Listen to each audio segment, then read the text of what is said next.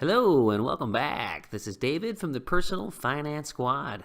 We just finished up with section 6.1 for flexible spending accounts, where Jasper determined the expenses he was going to set aside for pre-tax income. So what we want to do now is get into section 6.2, which is the pre-tax advantage. We want to see where the fruits of putting money away provide benefit in the budget. And the thing we've been saying in here in the last video or two is that the whole idea of budgeting is to make sure that you don't give money away that you do not have to. So when it comes to the flexible spending account, for the items that you know you're going to pay especially, because you can't predict what you don't know, is that you're going to pay for those items anyway. So if you can put enough money aside in the flexible spending account, you're going to benefit because, again, it's pre-tax. It's a few extra dollars in your pocket. So let's see how this plays out. Where is our advantage? And we say FSA contributions are not based on a percentage deduction like a 401k, but rather the amount is withdrawn from a fixed amount from each paycheck. Now that is the same as a 401k. Where they are similar is you're saying I'm taking a certain amount of money, it's pre-tax, and that's the way it works. So we say with a $60 a month projection, this amount can be offset because remember, Jasper's average is $60 a month. Now he used to put in 30, so it's an increase, but remember he's been spending the money somewhere anyway. That's the likelihood of it. So we talk about taking the income and taxes from chapter 2. We have these little boxes down here. We want to go see how the math works based on Jasper's biweekly schedule. This is an addition to an addition of an item in here to determine his check. So we did the basics here. We can see chapter 2 we talked about pre-tax from the 401k. We ran all the math, subtracted that number, then did the 25% tax rate based off his $80,000 gross pay for the year, and then his number came out to $2239. Okay, so let's see the FSA calculation. We see the same cycle here. We take out the 401k, 92, 2985, these numbers are the same. Now we add the element here of the FSA, which again is pre-tax, and it's $28. And just keep in mind, as we always do, that Jasper's paid on a bi-weekly schedule, so that's 26 paychecks. Hence, the math always looks a little skewed until you get used to seeing the fact that when you add it all up, the number is correct. Okay, we see now this number is 2957. That's decreased from 2985, and we multiply by 25%, or if you multiply 0.75, which is another option, that's going to leave you with 22. Actually, get that guy to type in there. That leaves us with 2218.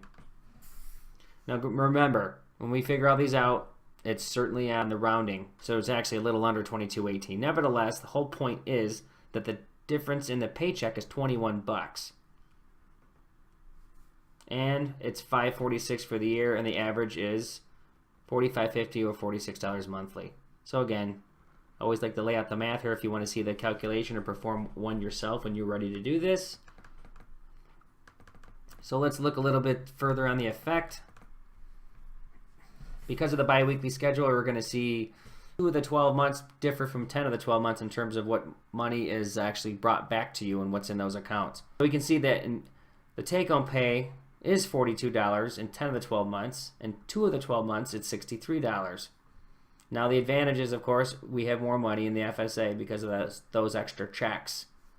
And then, of course, in 2 of the 12 months, you're going to have 84 as opposed to 63. So that's the difference between the regular schedule of 2 checks a month and this, of course, right here is 3 checks. So in effect, $546 covers $720 in payments. So Jasper is actually saving $174 a year if you really perform the math. Digging a little deeper, basically what we're saying is 33 cents of payment toward medical bills gets you really 40 cents worth of payments. That comes out to a 17% discount. So it's always nice to see things kind of broken down in more of a positive reflection. So anytime I can say 17%, you're certainly going to look at it, right? Now we have the budget and the 10 of the 12 months. We've talked about that briefly upstairs here in this section. And there's a $14 gain in the budget. However, there's a $4 gap between the $60 and the $56 deposit in the FSA. So the disposable cash was reduced from $14 to $10 when the bill is paid. All we're saying here is when we run the math, you're just going to see some differences between those checks. So the bottom line is after putting in this $56 in 10 of the 12 months, Jasper has another $14 in his account. And then we go in 2 of the 12 months. There's a $42 gain in the budget and an additional $28 in the FSA. He has $42 in those 2 months. We're going to scroll down here a little bit. And in fine fashion, we get really granular with our money, but especially for those of you who are really detailed, you want to see the numbers break out. And what we just want to show here is that we are covered. So what we're saying here is that in 10 of the 12 months, we know that 56 is going into the FSA, but 60 was budgeted. And yes, we have money here for cash that was an addition, so we will balance this out. So that's why I want to make sure you see this so it makes sense, because you're going to say, wait a minute, we have $42 here, yet I have a shortage. $56 from 60 is a -4 balance in 10 of the 12 months, and that comes to a -40. But in 2 of the 12 months, there's 168 in the FSA and 120 budgeted. So this is where it's made back. So if we take 168 from 120, that leaves us 48.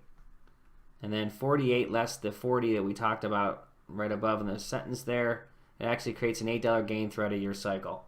So the good thing is it's balancing itself out, as we always talk about. And that way this money here is really undisturbed. Or the other month, it's actually $14, 10 of the 12 months, which we don't see in front of us. What we're saying here is, being that $4 is made up from the disposable cash in 10 months and the 2 bonus check months, we know that the disposable cash will remain at 42.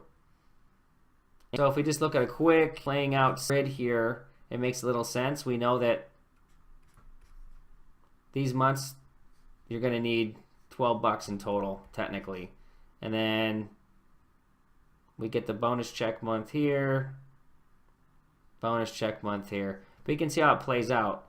When we say from budget instead of supplemental, that would, because what we're saying here is we're just going to, it's such a small amount of dollars, we're just going to balance it out. So if you're not going to miss $4, because technically if you have 42 here and you're 4 short in one of those months, then you really have a gain of 38. You're just going to wash it out one way or the other. And then there's going to be other months where you don't need this money. If you budget to the T every dollar and you balance everything out like you should, you'll see that difference and you'll be happy you have a few extra bucks, or you're not going to care that you have to throw $4 back on to balance things out when really in essence you were gaining 38. For those of you who read all of this $8 gain just has to do with rounding and math as usual. Okay, so we're going to stop here and we are going to go to the next section about spending the money before the FSA is funded. This is a very important piece of information, and I think we need to track this separately so you understand how it works. So we will see you in the next video. Thanks for joining.